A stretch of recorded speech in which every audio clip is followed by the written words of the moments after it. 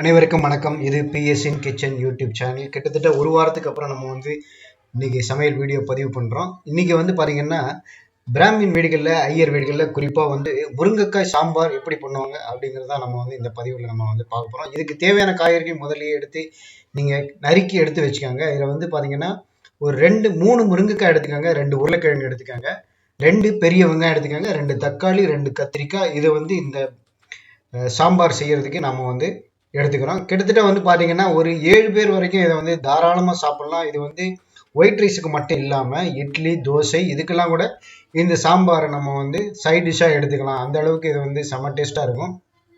இப்போ நான் முதல்ல எல்லா காய்கறிகளையும் நறுக்கி வச்சிடுறேன். இதுக்கு முன்னாடி பார்த்தீங்கன்னா ஒரு குக்கரில் துவரம்பருப்பு கிட்டத்தட்ட 1.5 டம்ளர், அதாவது ஒரு 200 கிராம் அளவுக்கு துவரம்பருப்பு நான் குக்கரில் போட்டு அதாவது விசில் இது பண்ணல, அதை அப்படியே ஓப்பன்லேயே நாம் அந்த குக்கரில் துவரம்பருப்பு வேக வைக்கிறோம். கிட்டத்தட்ட பார்த்தீங்கன்னா ஒரு 3/4 பதம் இது வேகணும்.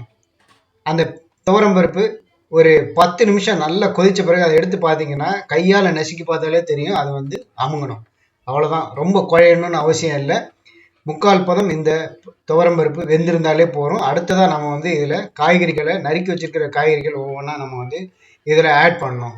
அந்த பதத்திலேயே நம்ம இந்த காய்கறிகள்லாம் இதில் ஆட் பண்ணிக்கலாம். இப்போ முதல்ல கத்திரிக்காய், தக்காளி, முருங்கைக்காய், வெங்காயம், உருளைக்கிழங்கு நறுக்கி வச்சிருக்கிற எல்லா காய்கறிகளையும் நான் இந்த குக்கருக்குள்ளே போட்டுறேன். இந்த நல்லா ஞாபகம் வச்சுக்கோங்க, இந்த துவரம்பருப்பு ஒரு 3/4 பதம் வெந்திருந்தால் போகிறோம்.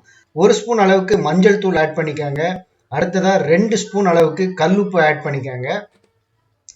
சாம்பார் தூள் ஒரு 1.5 ஸ்பூன் அளவுக்கு ஆட் பண்ணிக்கோங்க. 7 பேர் சாப்பிடக்கூடிய அளவுக்கு நம்ம தயார் செய்கிறோம். அதனால் ஒரு 2 ஸ்பூன் அளவுக்கு கல்லுப்பும் 1.5 ஸ்பூன் அளவுக்கு சாம்பார் தூளும் ஆட் பண்ணிக்கோங்க. அதை நல்ல ஒரு கிளறி விட்டுட்டு குக்கரை மூடி வச்சுருங்க. 4-5 விசில் தயவு செய்து விட்டுறாதீங்க. முருங்கைக்காயெல்லாம் குழஞ்சி காணாமல் போயிடும்.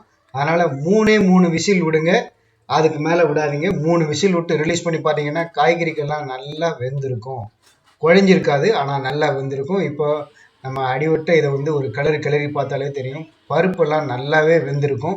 இப்போ ஒரு கிளறிட்டு நம்ம ஏற்கனவே முதல்ல புளி கரைச்சி ரெடியாக எடுத்து வச்சுருக்கோம். ஒரு எலுமிச்சம்பழம் அளவுக்கு புளி தண்ணீர் கரைச்சி வச்சுருக்கோம். அதையும் இதில் நம்ம கொட்டிட்டு கொஞ்சமாக பெருங்காயத்தூள் ஆட் பண்ணுங்கள். பெருங்காயத்தூளை ஆட் பண்ணிவிட்டு மேலும் ஒரு 10 நிமிஷம் அடுப்பை நல்லா பெருசாக வச்சுட்டு கொதிக்க வச்சிட்டிங்கன்னா போகிறோம் இந்த சாம்பார், முருங்கைக்காய் சாம்பார்.